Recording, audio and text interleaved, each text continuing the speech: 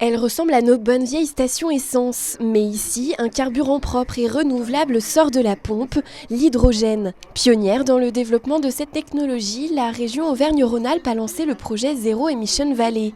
Au total, 20 stations comme celle-ci seront implantées sur le territoire. Cette technologie, c'est la technologie de l'avenir, on en est convaincu. Le temps de recharge d'un plein automobile, 2 fois l'autonomie d'une batterie électrique, zéro pollution, une technologie qui est mise en place dans notre territoire. À Grenoble, on a des chercheurs qui travaillent dessus.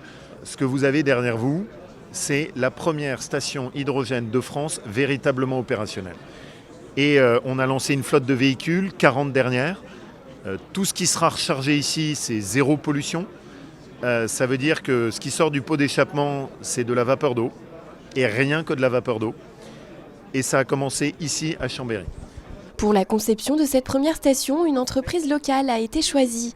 Attaway, installée au Bourget du Lac, a développé la technologie nécessaire pour ce type d'installation. Le principe de cette station que l'on a mis en place, c'est d'avoir toute la chaîne de la production, du traitement et de la distribution de l'hydrogène dans les véhicules.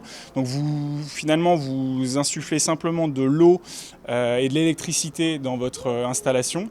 Et derrière, l'installation s'occupe de tout. De produire votre vecteur d'énergie qu'est l'hydrogène, de le traiter pour qu'il ait la qualité requise pour être administré dans les véhicules et lui permettre de se déplacer, de le refroidir, de le comprimer pour qu'il soit distribué dans les véhicules à la bonne température et à la vitesse la plus rapide possible, puisque ce que l'on souhaite en hydrogène, en mobilité hydrogène, c'est d'avoir finalement le meilleur des deux mondes l'électrique pur et le thermique, à savoir un véhicule électrique zéro émission et un temps de recharge très court, qui puisse se faire quasiment en quelques minutes en réalité. À terme, une flotte de 1000 véhicules sera déployée dans la région.